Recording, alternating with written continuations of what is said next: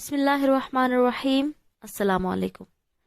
کہتے ہیں ایک عورت کے گھر میں پانی کے لیے 2 مٹکے تھے جنہیں وہ روزانہ ایک لکڑی پر باندھ کر اپنے گدھے پر رکھتی اور نہر سے پانی بھر کر لاتی۔ ان 2 مٹکوں میں سے ایک تو ٹھیک تھا مگر دوسرا کچھ ٹوٹا ہوا تھا۔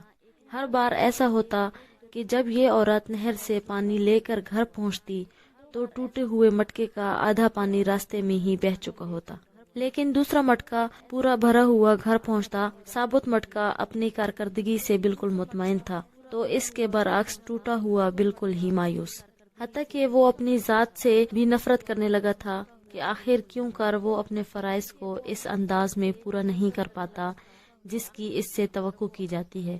اور پھر مسلسل 2 سالوں تک ناکامی کی تلخی اور کڑواہٹ لیے ٹوٹے ہوئے گھڑے نے ایک دن اس عورت سے کہا، میں اپنی اس معذوری کی وجہ سے شرمندہ ہوں۔ جو پانی تم اتنی مشقت سے بھر کر اتنی دور سے لاتی ہو اس میں سے کافی سارا میرا ٹوٹا ہونے کی وجہ سے گھر پہنچتے پہنچتے راستے میں ہی گر جاتا ہے۔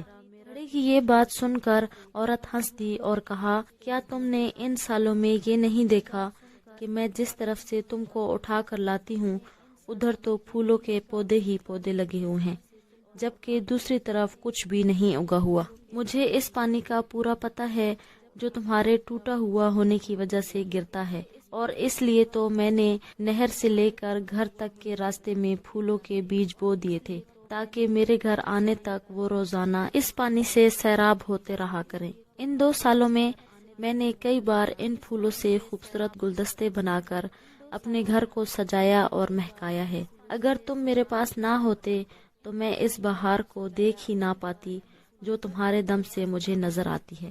یاد رکھیے کہ ہم میں سے ہر شخص میں کوئی نہ کوئی خامی ہے، لیکن ہماری یہی خامیاں، معذوریاں اور ایسا ٹوٹا ہوا ہونا ایک دوسرے کے لیے عجیب اور پرتاثیر قسم کے تعلقات بناتا ہے۔ ہم پر واجب ہے کہ ہم ایک دوسرے کو ان خامیوں کے ساتھ ہی قبول کریں۔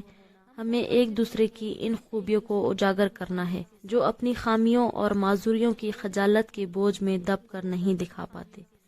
معذور بھی معاشرے کا حصہ ہوتے ہیں اور اپنی معذوری کے ساتھ ہی اس معاشرے کے لیے مفید کردار ادا کر سکتے ہیں۔